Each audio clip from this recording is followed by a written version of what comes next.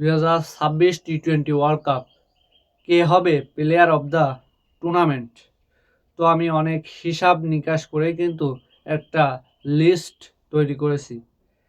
আমি এই লিস্টে 8 জন প্লেয়ারকে রেখেছি।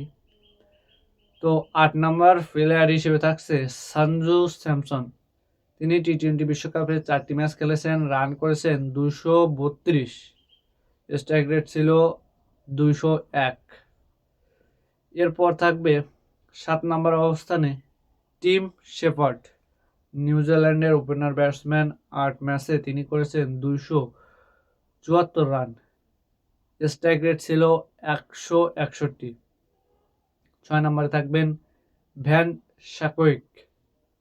তিনি ইউএসের বলার।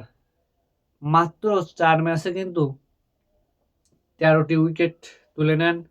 ইকোনমি রেটটা ছিল খুবই কম, 6.80। এই ইকোনমি রেটে বল করে তিনি কিন্তু 13টি উইকেট তুলে নিয়েছেন গ্রুপ পর্বের ম্যাচগুলোতেই। 5 নম্বর পজিশনে থাকবেন রচিন রবীন্দ্রা। তিনি 8টি ম্যাচ খেলেছেন, এখনো একটি ম্যাচ তার হাতে আছে। 128 রান করেছেন, 136 স্ট্রাইক রেটে, 11টি উইকেট এবং ইকোনমি রেট ছিল তার 6.88।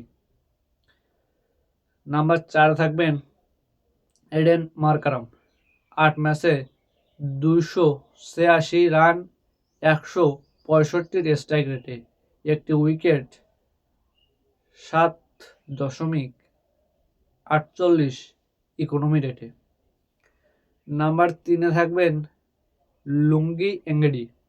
7 ম্যাচে 12 উইকেট নিয়ে তিনি 3 নম্বর অবস্থানে আছেন। তার ইকোনমি রেটটা ছিল 7.19। নাম্বার 2 থাকবেন পাকিস্তানের ওপেনার ব্যাটসম্যান সাহিবজাদা ফারহান। 7 ম্যাচে 383 রান, 160 স্ট্রাইক রেটে।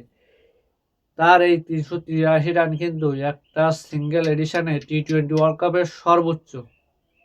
তো এটাকে একটু বেশি এগিয়ে রাখবে এই লিস্টে।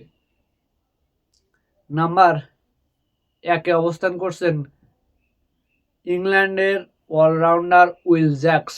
8 ম্যাচে 226 রান, 176 স্ট্রাইক রেটে, 9টি উইকেট আছে তার, 7.19 ইকোনমি রেট। তো উইল জ্যাকসকে 1 নম্বরে রাখার অনেক কারণ আছে। অনেকেই বলবেন যে রচিন রবীন্দ্রা তিনিও তো উইকেট এবং রানও করেছেন, কিন্তু উইল জ্যাকস অনেক ইম্প্যাক্টফুল ছিলেন ম্যাচগুলোতে। তিনি যে উইকেটগুলো নিয়েছেন খুব গুরুত্বপূর্ণ উইকেট, তিনি যে রানগুলো করেছেন খুবই গুরুত্বপূর্ণ রান। অনেক সময় তার ব্যাট থেকে যে রান এসেছে সেই রানে কিন্তু ইংল্যান্ড জিতেছে। তো এই লিস্টটা অনেক হিসাব এবং অনেক পরিসংখ্যান ঘেটেই কিন্তু বানানো হয়েছে। তো ভিডিওটা ভালো লাগলে অবশ্যই লাইক, কমেন্ট অ্যান্ড শেয়ার করবেন। আর এরকম আরও ইনফরমেশান পেতে চ্যানেলটি অবশ্যই সাবস্ক্রাইব করবেন।